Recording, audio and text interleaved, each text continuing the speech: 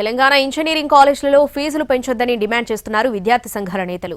Engineering ఫీజులు సామాన్యుడికి అందుబాటులో ఉండాలన్నారు. కాలేజీలు తప్పుడు ఆడిట్ రిపోర్టులు సమర్పించాయని ఆరోపిస్తున్న విద్యార్థి సంఘాల నేతలు ఏఎఫ్ఆర్సీ ఆడిట్ అధికారి శ్రీనాథ్ రెడ్డిపై చర్యలు తీసుకోవాలని డిమాండ్ చేశారు. యూనివర్సిటీ ఏఎఫ్ఆర్సీ అధికారులు ఇంజనీరింగ్ కాలేజీలతో కుమ్మక్కయ్యారని ఆరోపిస్తున్న విద్యార్థి సంఘాల నేతలతో మా ప్రతినిధి మహేష్ ఫేస్ టు ఫేస్. రాష్ట్రంలో మూడేళ్ళకి ఒకసారి పెరిగేటువంటి ఇంజనీరింగ్ కళాశాల ఫీజులు ఏదైతే వాళ్ళు చూపెట్టేటువంటి ఆడిట్ రిపోర్ట్లు, ఈసారి టీఏఎఫ్ఆర్సీ యొక్క ఆడిటర్లు ప్రైవేట్ కళాశాల యొక్క యజమానులతో కుమ్మక్కై లేనిది ఉన్నట్టు సృష్టించి, అక్కడ తెలంగాణలో ఒక సామెత ఉంటుందండి, చదువు సారేడు బలపాలు దోసడు అన్నట్టు. అంటే చదువు చెప్పేది ఇంత, చదువు సారేడు బలపాలేమో దోసడు. అక్కడ ల్యాబ్స్ ఉండవు, టీచింగ్ స్టాఫ్ ఉండదు, నాన్ టీచింగ్ స్టాఫ్ ఉండదు. ఇప్పుడు తెలంగాణలో ఎట్లుందంటే ఎంబీఏ స్టాఫే ఇంజనీరింగ్ స్టాఫ్గా వేపిస్తారు, ఇంజనీరింగ్ స్టాఫ్ని ఎంబీఏ స్టాఫ్గా వేపిస్తారు, ఈ స్టాఫ్ని ఫార్మసీ స్టాఫ్గా వేపిస్తారు. టీచింగ్, నాన్ టీచింగ్, ల్యాబ్స్ ఎటువంటి సౌకర్యాలు లేకపోయినా వీటన్నిటిని ఆడిట్ రిపోర్ట్స్లో తప్పుడు రిపోర్ట్గా చూపించి ఈరోజు ప్రభుత్వాన్ని మోసం చేసేటువంటి కుట్ర జరుగుతుంది. పేద మధ్యతరగతి విద్యార్థులకి ఇంజనీరింగ్ విద్యని దూరం చేసేటువంటి కుట్ర ఈరోజు జరుగుతూ ఉంది. ప్రైవేట్ కళాశాలలన్నీ కూడా తప్పుడు ఆడిట్ రిపోర్ట్లతోటి ఈరోజు విచ్చలవిడిగా ఫీజులు పెంచేసి పేద విద్యార్థులకు ఇంజనీరింగ్ విద్యని అందరి ద్రాక్షలుగా మారేటువంటి కుట్ర తెలంగాణ రాష్ట్రంలో జరుగుతూ ఉంది. మేము ఒకటే డిమాండ్ చేస్తూ ఉన్నాం విద్యార్థి సంఘాలుగా, ఏబీవీపీగా, ఏదైతే ఫీజుల పెంపు నిర్ణయాన్ని వెనక్కి తీసుకొని అశాస్త్రీయంగా పెంపు నిర్ణయాన్ని వెనక్కి తీసుకోవాలి. ఏదైతే ఇటువంటి ఆడిటర్లు ఉన్నారో ఆడిటర్లని బ్లాక్ లిస్ట్లో పెట్టాలి. తప్పుడు ఆడిట్ రిపోర్ట్లను సమర్పించినటువంటి కళాశాలలపైన చర్యలు తీసుకోవాలి.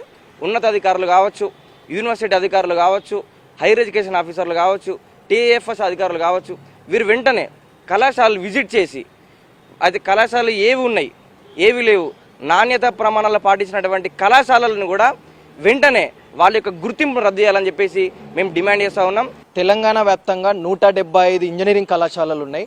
ఈ 175 ఇంజనీరింగ్ కళాశాలల ఆడిట్ రిపోర్టు ఈరోజు ఉస్మానియా యూనివర్సిటీలో ఉన్నటువంటి శ్రీనాథ్ రెడ్డి ఆయన దాన్ని ఆడిట్ చేసి దానికి పర్మిషన్ ఇవ్వాల్సినటువంటి పర్మిషన్ ఉంది. తెలంగాణ రాష్ట్రంలో 2 లక్షల విద్యార్థులు ఉన్నారు. ఒక విద్యార్థికి 5,000 చొప్పున 2 లక్షల విద్యార్థులకు 100 కోట్ల రూపాయల చొప్పున ఈరోజు ఉస్మానియా యూనివర్సిటీ అధికారులకు ఇంజనీరింగ్ కళాశాలలు అప్పజెప్పిరు. కాబట్టి ఈరోజు ఉస్మానియా యూనివర్సిటీ అధికారులు కానీ వీళ్ళందరూ కూడా చూసి చూడనట్లు ఆ కళాశాలకు పర్మిషన్ ఇస్తా ఉన్నారు. ఈరోజు కాంగ్రెస్ ప్రభుత్వం అధికారంలోకి వచ్చిన తర్వాత ఈరోజు ఫీజు నియంత్రణ చట్టం తీసుకొని వస్తామని చెప్పింది.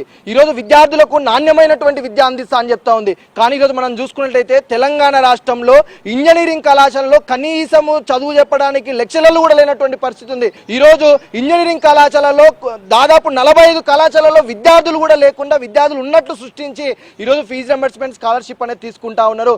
ఈరోజు ఉన్నత విద్యాధికారులు కళాశాలలను వెళ్ళి దాన్ని పర్యవేక్షించి ఈరోజు అధికారులకు రిపోర్ట్ ఇచ్చినా ఇప్పటి వరకు కూడా వాటిని పట్టించుకోకపోవడం అనేది సిగ్గుచేటు. ఇప్పుడు ఈ సంవత్సరము 2025-26కు సంబంధించి వీళ్ళు ఇప్పటికే ఫీజులు పెంచాలని ఒక హైయర్ ఎడ్యుకేషన్ కానీ గవర్నమెంట్లో ఉన్న పెద్దలను కానీ వాళ్ళు చాలా తీవ్ర స్థాయిలో వాళ్ళు పెంచాలనే ఒక ఉద్దేశంతో వాళ్ళు తీవ్ర ప్రయత్నాలు చేస్తూ ఉన్నారు. మేము ఏఐఎస్ఎఫ్గా విద్యార్థి సంఘాలుగా ఇప్పటికే అనేక సార్లు కూడా పేద మధ్యతరగతి విద్యార్థులకు అందుబాటులో ఫీజులు ఉండాలి తప్ప కానీ ఆ యొక్క కాలేజీలో ఏదో రియల్ ఎస్టేట్ వ్యాపారాలుగా చేసుకున్నటువంటి ఆ కాలేజీలకు ప్రభుత్వము అనవసరంగా పర్మిషన్ ఇవ్వద్దని అనేక సార్లు కూడా మేము చెప్పడం జరుగుతుంది. అయినప్పటికీ కూడా హైయర్ ఎడ్యుకేషన్ కానీ ప్రభుత్వం ఎలాంటి చర్యలు తీసుకోవట్లేదు.